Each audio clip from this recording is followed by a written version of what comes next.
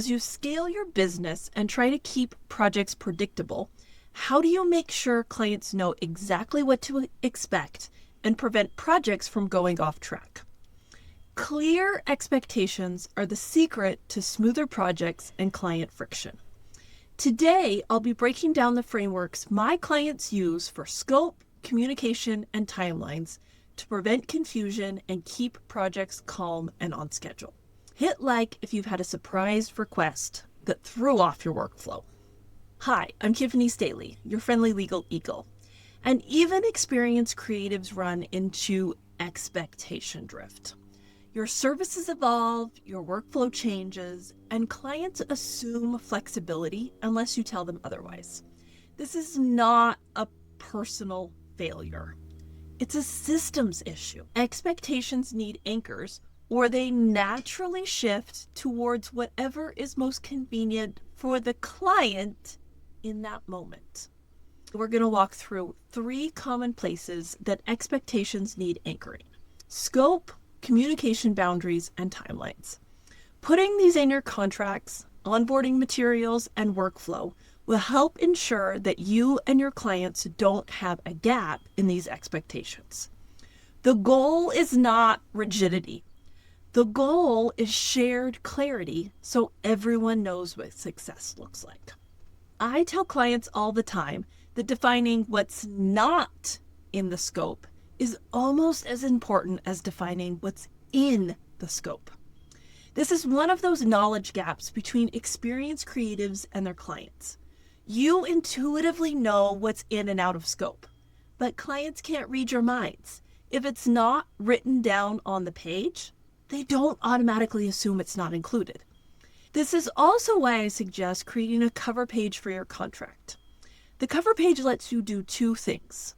First, it lets you spell out in plain English the scope and deliverables. And 2, it puts this information in an easy place for the client to find so they don't have to hunt and peck throughout your contract for it. You can watch the video here that I break down what else to include on that cover page.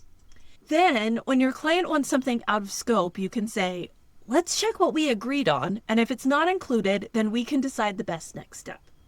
This kind of collaborative, not confrontational language is exactly what I share in the scripts inside Copy Paste Legal Week. One assumption we all make is that everyone works like us. We assume clients know our rhythms, our patterns, and our workflows, but they don't. The reverse is also true. One of my bridal jewelry design clients felt pressure to respond to her clients on nights and weekends when they emailed. But the reality was they were emailing when it was convenient for them and when they were focused on bridal planning. They had the expectation that she would respond during normal business hours. So it's on us to share response time, expectations, preferred channels, and what check-ins we will be using so that we reduce anxiety for both sides and prevent urgent messages from becoming the norm.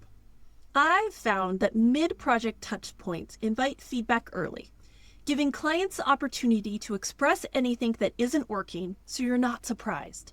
It also gives the client peace of mind that you're working on their project, thinking of them, and progress isn't happening, especially on those projects that most of the things happen behind the scenes and not in front of the client. One common hiccup I fix in contracts is that creatives don't realize that delivery and feedback deadlines are 2 sides of the same coin.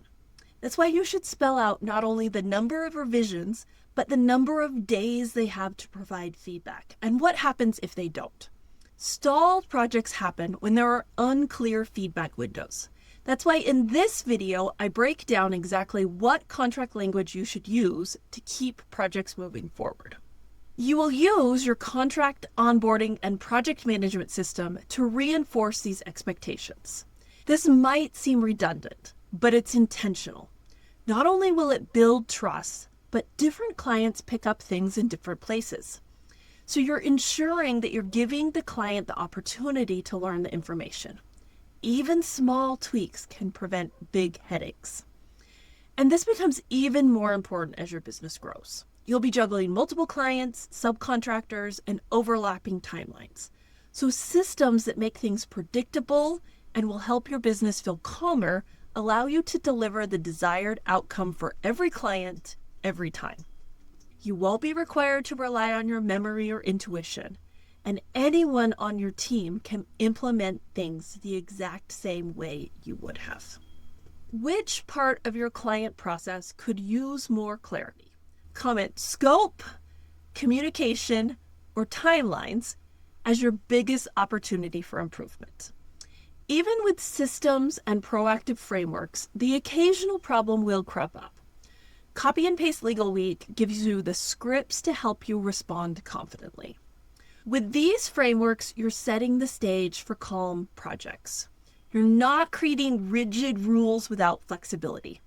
Shared clarity not only protects your creativity, but your client relationships. Up next, I'll cover how to protect your time and energy by kindly handling requests that feel like extra work without saying yes automatically. Which expectation framework is hardest for you to implement? Comment below.